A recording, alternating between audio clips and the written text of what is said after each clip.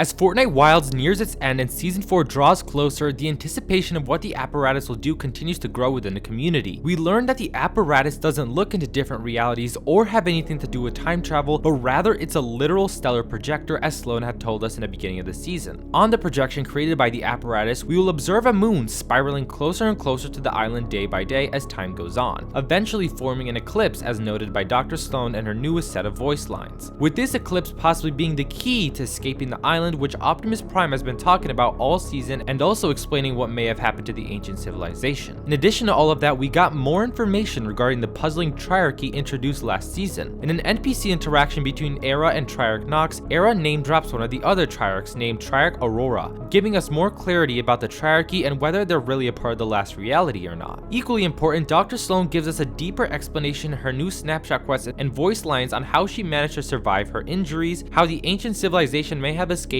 and more details regarding the mysterious stars that we began hearing a lot about ever since Chapter 3 Season 4. Sloan additionally mentions that she is picking up a signal from her long-range cosmic scans, and she says it's a very old signal, later on saying that it's coming to the island with intent, which could be teasing the return of either an old character or a faction. Which leads us to our questions, such as what is the true purpose of the apparatus, what is coming to the island, how will we make our escape from the island, what is the old signal, how did Sloan survive her injuries, who is Triarch Aurora, and is the Triarchy a part of the last reality? There's so much more lore alongside what I've already listed and lots of things to cover. So sit back, relax, and let's uncover the secrets hidden in the stars above.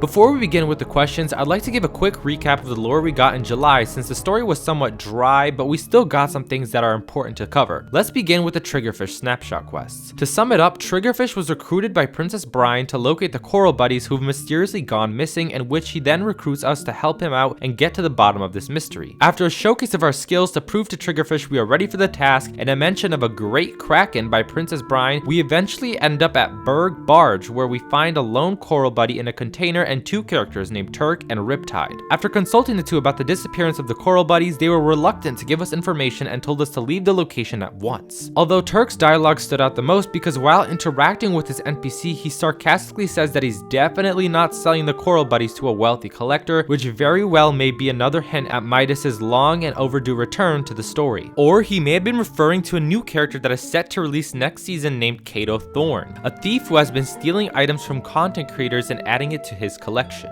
Immediately after we inform Triggerfish about our suspicions and what happened at Berg Barge, he orders us to confront one of the characters and duel them to forcefully receive the information regarding the coral buddies' whereabouts. After a duel with one of the characters, they both give us the same answer and give up the location of the coral buddies. And that's it, the day was saved, and Triggerfish considered building a sanctuary for the coral buddies, ensuring to protect them under Princess Brine's request. However, the lore doesn't end there. In NPC dialogue between Dahlia and Aura reveals a major plot point, that being that the Chalice of Catastrophe didn't just show up in the jungle on its own. On the contrary, it was actually brought by Dahlia herself through the Rift Gate, most likely at the same time when Mega City arrived. This means Dahlia's connections with the last reality are far closer than we originally thought, and it brings up another question. Why didn't she use the Chalice of Catastrophe right away? I believe it may be because only beings that possess power, such as Aurelia, can give power to the Chalice, and once it's fully powered up, are able to use the Chalice of Catastrophe. And to top it all off, we received a few NPC interactions between characters that gave us more insight on them. Era provided us with more lore regarding herself and other characters such as Dr. Sloan and Serenade. When Dr. Sloan interacts with the Era NPC, Era says, "Do you understand what dangers you are playing with?" And if you go to her with Serenade, Era says, "Do not think you could fool me. Your waters have treacherous depths." Those two lines themselves are extremely important. Even though Sloan's most likely trying to do something good for once, she may be actually doing something bad without intending to do so. As for Serenade, Era knows that Serenade is a siren that lures people with her music, and that the tranquil waters Serenade was transformed by may be calm as she claims, but they're also dangerous waters, hence the treacherous depths. A good question though is, how does Era know so much? Well, she gets all this knowledge from the eras that lived before her, aka her ancestors that lived in different time periods. Optimus Prime also received new voice lines, and he says the following.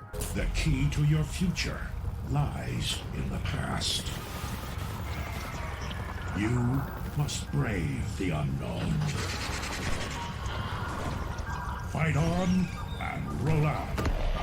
he could be either referring to Era since she holds the knowledge of her ancestors, or to the glyphs that were written by the ancient civilization. And that about wraps it up for the lore recap of July. So let's move on to our questions. One of the biggest questions this season so far is what is the purpose of the apparatus? For the majority of the season, many believe that it had the ability to look into other realities, open up to specific realities, or even have the ability to show us the past or future. However, we were all wrong. If you took a closer look at the mural that the ancient civilization carved eons ago, you could see that the first 4 circles are actually 4 different moon phases, and the 5th circle shows what many believe to be the cube's cradle. However, that doesn't seem like the case anymore, and the purpose of the apparatus is to show a celestial object, more specifically a moon spiraling towards the island. This ties in with our next 2 questions. What is coming to the island, and how will we make our escape from the island? As I just mentioned, a moon is currently spiraling towards the island. A big portion of the community currently believes it's the ice moon. However, I don't think that's the case. Many people are currently arguing the fact that in Zero War issue number 4, the Ice King explained that he had the ability to move his ice moon to reality 0, which is how it got there in the first place. So since he's able to move his moon, he may be moving it again towards the new location of reality 0. But here's why this theory doesn't work. According to the Ice King, he moved his moon to reality 0 to isolate it because of all the dangerous things on the moon, such as weapons of power and monsters. So I doubt he would want to come back because it would only cause more problems for him due to the amount of attention reality 0 gets. The other reason why the ice moon is not the moon spiraling towards the island is that as far as we know right now, the Ice King is dead. On the last page in Zero War issue number 4, Paradigm used the power of the Zero Shard and blew up the Ice King, his collection, and castle. The reason for that was because the Ice King was beginning to make the moon even colder than it already was, and if he wasn't stopped, then the group on the ice moon would have died. So with no Ice King, the ice moon isn't going anywhere. And for those of you who think the cube cradles the moon, I'm just not gonna even bother. Anyways, in Dr. Sloan's latest voice line, she theorizes that the ancient civilization most likely found a home among the stars, which is why they vanished without a trace. They escaped the island like Sloan is planning to do right now. She also mentioned that the glyphs predict an incoming eclipse, which most likely will have something to do with the 5th circle the apparatus is pointing at. In her voice line, she also refers to Optimus Prime as someone all of us can trust, that we need to get off the island, because if you all remember, Optimus Prime said that the island is doomed to collapse. The energy in the island has faded, and formidable enemies have taken notice.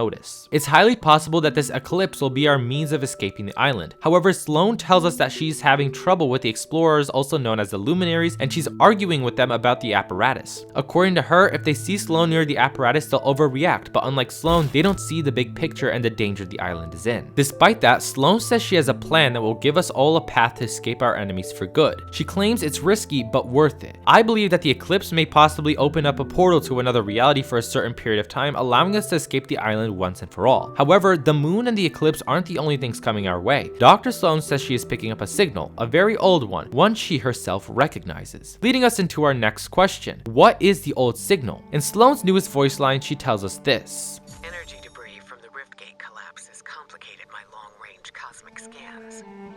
But I am picking up something. A signal I've seen before. A very old signal. One I think I recognize. Analysis continues on the incoming signal. It's not a natural cosmic phenomenon, and it's coming our way with intent. There's no way the people who left this place could have known about this eons ago. Unless it's happened before. The eclipse is the key. It has to be.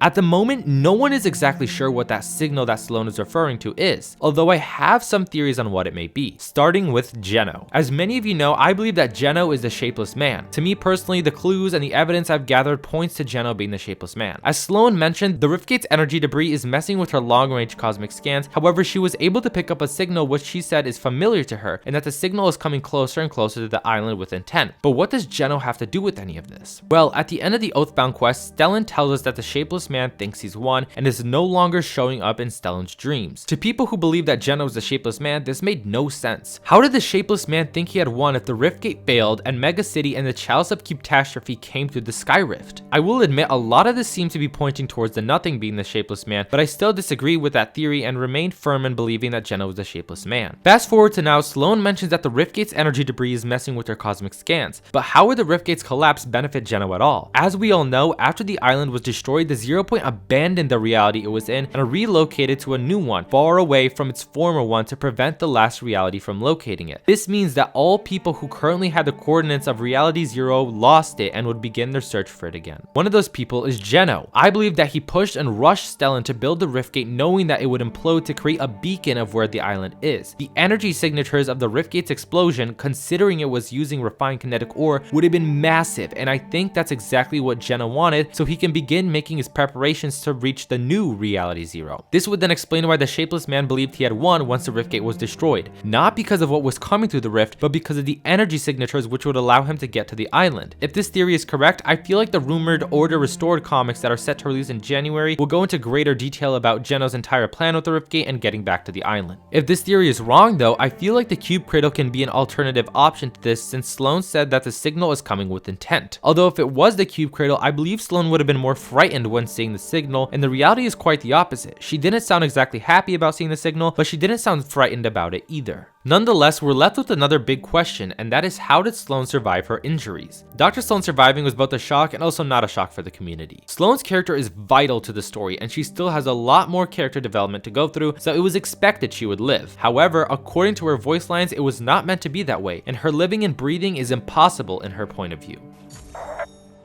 I don't know how I survived. Some stranger, he found me. And what's left of my tank, deep under the island. His technology kept me alive. He says it belongs to those who used to live here. When I recover, I need to learn everything about this jungle, its people. I need a plan, a mission. I won't falter here. I won't surrender. Sloane claimed that Relic found her deep underneath the island and what was left of her tank and used a special technology that the ancient civilization created to prevent her from dying. It seems that Sloane was doomed to die all alone, but fate had something else in store for her, a chance at redemption. Moving on, for those of you who have Triarch Nox and interacted with the Era NPC ever since the version 25.30 update that just recently released, you'll notice that Era has secret dialogue with him and says, "I know you're hiding from Triarch Aurora, but even you cannot stop the dawn." This dialogue alone between the two characters gives us a lot more depth regarding Triarch Nox, the Triarchy, and the second Triarch named Triarch Aurora, which paves the way for our next two questions. Who is Triarch Aurora, and is the Triarchy a part of the last reality? Era mentions that Nox is hiding from Triarch Aurora, indicating that Aurora is on the hunt for him. She also says that even Triarch Nox cannot stop the dawn. Aurora and dawn can be defined in many ways, but since aura basically means dawn, dawn means the first appearance of light in the sky before the sun rises, meaning Triarch Aurora may be the Triarch of light, considering Triarch Nox is the Triarch of darkness and night. One Triarch rules the darkness and night, and the other rules the light and dawn, meaning the third Triarch may possibly be the balance between the two. I have a theory regarding this that I thought of all the way back in April, however this is the part where I really need you guys to pay attention the most because it might start getting confusing for some of you. And to any Star Wars fans out there, especially Star Wars Rebels fans, I hope you'll understand what I'm getting at. In the Star Wars lore, there are three characters directly connected to the Force named the Father, the Son, and the Daughter. The Son represents the dark side of the Force, the Daughter represents the light side of the Force, and the Father is the balance in between the light and the dark. He keeps the Son and the Daughter in control. Now why am I talking about this? Well, I believe the Triarchy may work in a similar way. However, they don't have to be a family like the Father, the Son, and the Daughter. In a sense, the Son would be Triarch Nox. He rules the night and darkness. Triarch Aurora would be the Daughter, who rules the dawn and light, and the final Triarch that is yet to be revealed is the one that rules the balance between them. And I believe that we may have already seen the third Triarch because he's been on this ancient mural all this time. If you take a closer look at the mural, you can see a figure of sorts seemingly holding a crescent moon and what many believe to be a sun, light and dark. Balance between both of the forces, and the third Triarch is the one who holds the balance between the two. I've always believed there may have been some sort of balance-like theme in Fortnite, considering we have the nothing and the everything, creation and destruction, and now this whole Triarchy theory, light and dark. Sloane also tells us that the ancient glyphs predict an incoming eclipse, and if my theory about the mural is correct, I feel like that's when the third Triarch may appear. Despite that, what does this have to do with whether the Triarchy are part part of the last reality? Well, like I've been saying, this triarchy cannot be a part of the last reality because the last reality already has a monarchy, one ruler, that being the Cube Queen. By now, I believe most of us know that Triarch Nox most likely has some type of connection to the last reality, but I believe that he's just working with them to benefit himself, not because he's actually a part of their faction. Which may also explain the dialogue between Era and Triarch Nox when Era tells Nox that she knows he's hiding from Triarch Aurora. Triarch Nox working with the last reality to get more darkness must have infuriated Aurora, and now Triarch Aurora is coming after him, which is why Nox is in hiding. It's also probably because Nox despises the light and prefers to be nowhere near it, considering all the NPC dialogue we have for him and just his character in general. Before I end the video, I wanted to let you all know after 4 months, 2 friends and I finally finished a creative map named the Seven's Headquarters. Put a ton of work into it, and there was lots of lore elements in the map, such as the Seven's own statues, Cube Cradle, Blevin, the Mecha Strike Commander, and even a secret location of the last reality where you can actually complete quests by talking to the Nothing. The map code is on screen, so feel free to check it out if you're interested. Anyways, that's about it. Consider subscribing if you love Fortnite storyline content. A like is appreciated, and feel free to use my code Rezztro in the item shop. Thank you all for watching, and see y'all in season 4. Take care.